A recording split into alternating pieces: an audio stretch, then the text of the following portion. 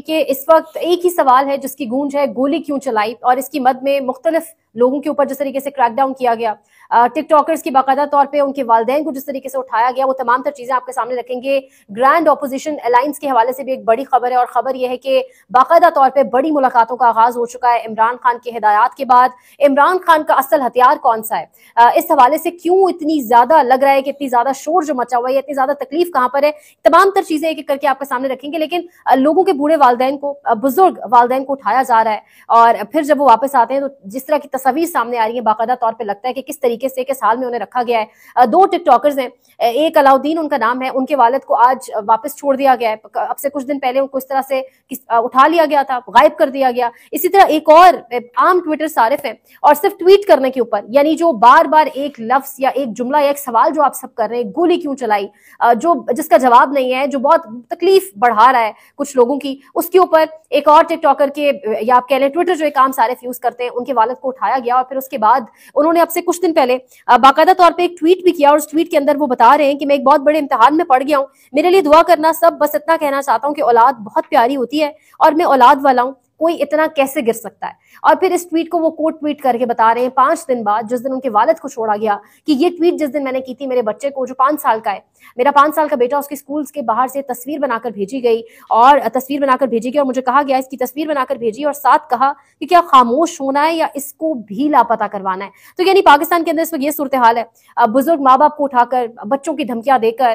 Narrative بنانے کی کوشش کی جا رہی ہے، اور اس سب کے ساتھ جب منصور علی خان جیسے لوگ، یہ آپ کے ساتھ ایک کلپ بھی ہم شیئر کریں گے، ان کا کلپ چلے گا، وہ بتا رہے ہیں کہ کس طریقے سے ایک جانب پاکستان تحریک انصاف کے 5 بابے انہوں نے نام لیا، اور دوسری جانب انہوں نے کہا کہ پاکستان تحریک انصاف کا سوشل میڈیا، اگر عمران خان سے پوچھا جائے گا تو وہ کل کو اپنی سوشل میڈیا ٹیم کو آن کریں گے۔ یعنی اب آپ اندازہ لگائیں اس تکلیف کا جو محسوس کی جا رہی ہے سوشل میڈیا سے۔ بات یہ نہیں ہے کہ اب جس طرح سے منصور علی خان صاحب اس آڈیو کے اندر کہہ رہے ہیں کہ 50-60 لڑکے ہائر کر لیے ہیں، لونڈے لپاڑے ہائر کر لیے ہیں، اور ہائرنگ کے بعد ان سے کام چلوایا جا رہا ہے۔ پیسہ تو مسلم لیگ نون نے بھی میڈیا سیل کے اوپر لگایا، پیسہ تو پیپلز پارٹی نے بھی لگایا، پیپلز پارٹی کے اپنے مصطفیٰ نواز کھوکر اس بات کا اعتراف کر چکے ہیں، کروڑوں روپیہ لگا میڈیا سیل کے اوپر، لیکن بیانیہ نہیں بن سکا کیونکہ شاید عوام اب بہت آسانی سے ڈفرینشیٹ کر سکتی ہے کیا سچ ہے کیا غلط ہے۔ یہ منصور علی خان کی آڈیو بھی سنیے گا۔ بیرسٹر گوہر، سلمان اکرم راجہ، شیخ وقاص اکرم، عمر ایوب، شبلی فراز، یہ 5 لوگ ہیں جو اہم عہدوں پہ بیٹھے ہیں اس وقت پاکستان تحریک انصاف کے۔ تو یہ 5 بابے ایک طرف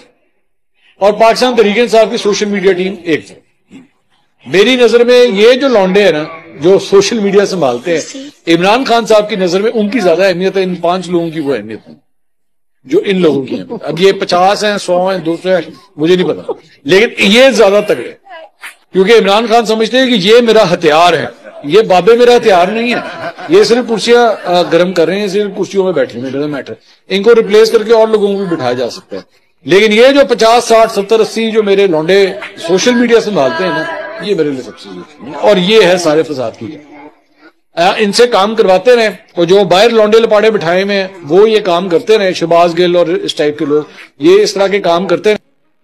آگے بڑھتے ہوئے بات کریں گے مریم نواز کے حوالے سے۔ اب سے 2 روز قبل ان کا ایک سٹیٹمنٹ بڑا وائرل ہوا، انہوں نے کہا کہ میں پاکستان کی بیٹی ہوں اور پاکستانی برانڈز پہنتی ہوں۔ لیکن جب مریم نواز، کیونکہ سوشل میڈیا کا دور ہے، اور جب کھنگالا لوگوں نے اور کھنگال کے سامنے رکھ دیا تمام تر جو معاملہ ہے کہ کون کون سے وہ برانڈز ہیں، کون کون سے انٹرنیشنل برانڈز ہیں جن کو مریم نواز فالو کر رہی ہیں، یعنی یقین مانیں لسٹ ہمارے ساتھ موجود ہے، اس میں اتنے سارے برانڈز جیسے ڈائر، بربری، گوچی، یعنی یہ بے تحاشا، میں نے 2-3 کے نام لیے، یہاں پر 18-20 برانڈز موجود ہیں۔ شاید ہر پاکستانی ان کی پروننسیشن بھی ٹھیک سے نہ کر سکتا ہو، نام بھی ٹھیک سے نہ لے سکتا ہو، اور 80 سے 90% یہ جو برانڈز یہاں پر ہیں پاکستانیوں کو شاید ان کے نام بھی نہیں پتا ہوں گے۔ مریم نواز کا وتیرہ یہی ہے، وہ جس طریقے سے یہ 2-3 ہزار ڈالرز کے شاید کپڑے پہن کے وہ غربت ختم کرنے نکل پڑتی ہیں۔ اس کے ساتھ اگر دیکھا جائے تو پھر عظمیٰ بخاری اور ان کی پارٹی کے لوگ یہ کہتے ہیں کہ وہ سادی سی خاتون ہے، 800 روپے والا سادہ سوٹ پہنتی ہیں، اور پھر وہ کہتی ہیں کہ میں پاکستان کی بیٹی ہوں، پاکستانی برانڈز پہنتی ہوں۔ پاکستان کی بیٹی ضرور ہے، لیکن پاکستان سے سب کچھ کھا پی کے شاید ان برانڈز کے اوپر یا اپنے اوپر خرچ کرتی ہیں، بظاہر نظر یہی آ رہا ہے، کیونکہ یہ تمام وہ برانڈز ہیں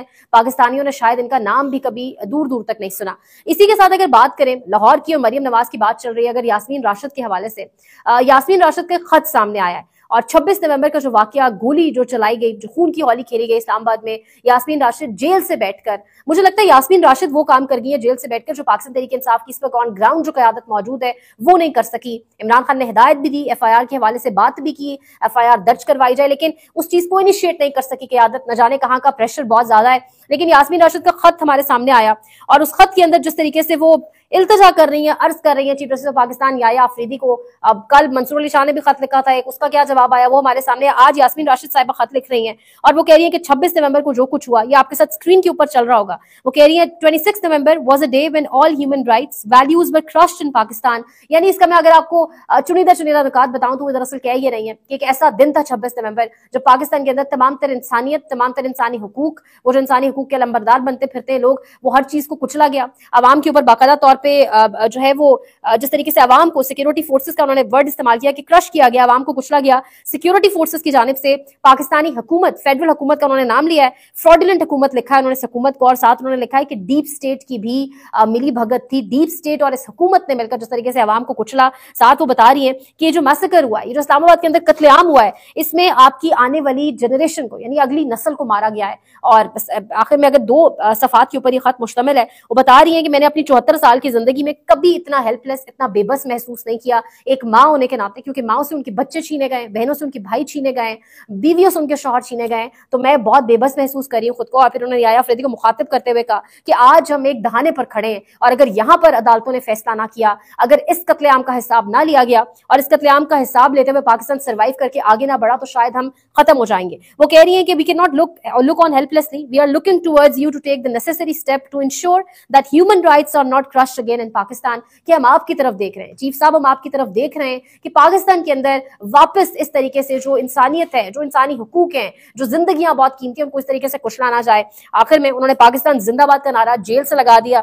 پاکستان کی نسلوں کی، آنے والی نسلوں کے حوالے سے بات کی، اور ایک بہترین خط لکھا، اور لکھا یورز سنسیئرلی یاسمین راشد۔ یہ آپ کے ساتھ بڑی اسکرین کے اوپر ایک خط چل بھی رہا ہوگا۔ یہیں سے اگر آگے بات کریں،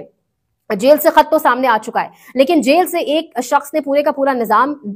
اس کے گرد ہی گھوم رہا ہے۔ عمران خان کی ہدایات، جس طریقے سے ہم نے دیکھا پچھلے دنوں بیک ٹو بیک ملاقاتیں ہوتی رہیں، مولانا فضل الرحمان کے در کے اوپر سب پہنچے ایک ایک کر کے۔ کامران مرتضیٰ صاحب سے جب پوچھا گیا کہ مولانا صاحب کی ایک ایسی ملاقات بھی ہوئی ہے، کیونکہ رپورٹ ہو رہی ہے اسلام آباد کے اندر ایک ایسی ملاقات مولانا صاحب کی جو غیر سیاسی ہے، جس کو سیاسی نہیں کہا جا سکتا، جب کامران مرتضیٰ صاحب سے سوال کیا گیا تو انہوں نے سوال سے کوئی جواب نہیں دیا، اور اب یہ ملاقاتیں، اور اب اس کے بعد خبر یہ آ رہی ہے گرینڈ اپوزیشن الائنس کے حوالے سے باقاعدہ طور پہ سر توڑ بازیاں شروع کر دی گئی ہیں، اور بیک ٹو بیک ملاقاتیں چل رہی ہیں، اور یہ جو گرینڈ اپوزیشن الائنس ہے اس کی ہدایات جاری، رابطے شروع۔ مولانا فضل الرحمان، پیر پگاڑا، شاہد خاقان عباسی سمیت تمام اپوزیشن جماعتوں کو دعوت دی جائے گی، رابطے شروع۔ اس میں ایک شاہد خاقان کا نام ہے جو اب سے کچھ دن قبل پاکستان تحریک انصاف کے جو لوگ شہید ہوئے 26 نومبر اسلام آباد سانے کے اندر، ان کے گھر تعزیت کے لیے بھی گئے، یعنی وہ لوگ جو واقعتاً اس بیانیے کے ساتھ کھڑے ہیں کہ گولی کیوں چلائی، اور واقعتاً گولی چلی۔ سو یہ اپوزیشن الائنس یہ کیا کرنے جا رہا ہے، عمران خان کی ہدایات کے اوپر اب چیزوں کو کس طریقے سے ٹیکل کیا جائے گا، بڑا اہم ہوگا دیکھنا اب یہ اپوزیشن الائنس کس طرف جائے گا۔ اگر یہیں سے ہم آگے بڑھیں اور بات کریں، 26 نومبر کی بات چل رہی ہے، اور سوال بار بار کیا جاتا رہا کہ علی امین گڈھا پورا بشرا بی بی کس طریقے سے سیفلی کے پی چلے گئے، تو بشرا بی بی کی ایک ویڈیو منظر عام پر آئی ہے۔ چارسدہ میں پاکستان تحریک انصاف کے ایک شہید کے گھر وہ پہنچی تعزیت کے لیے، اور وہاں جب وہ پہنچی تو انہوں نے باقاعدہ طور پہ وہاں پر جو پختون لوگ کھڑے تھے، پختون بھائی جو کھڑے تھے، ان کے ساتھ وہ مخاطب ہوئی، اور انہوں نے کہا کہ میں بھاگنے والوں میں سے نہیں ہوں، میں نے آپ سب سے کہا تھا کہ مجھے اکیلا چھوڑ کے نہیں جانا، لیکن آپ سب مجھے چھوڑ کے چلے گئے۔ یہ ویڈیو دیکھیے گا۔ دیکھیے، میں اتنی تکلیف میں تھی اتنے دنوں سے، کیونکہ اتنی شہادتیں ہوئی ہیں،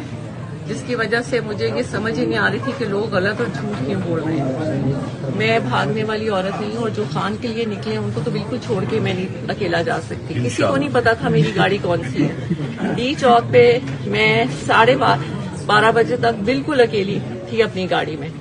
اس کے بعد بہت سی گاڑیاں جو آئی تھیں وہ اس کے بعد آئی تھیں، کیونکہ وہ ڈی چوک زبردستی خالی کرا رہے تھے۔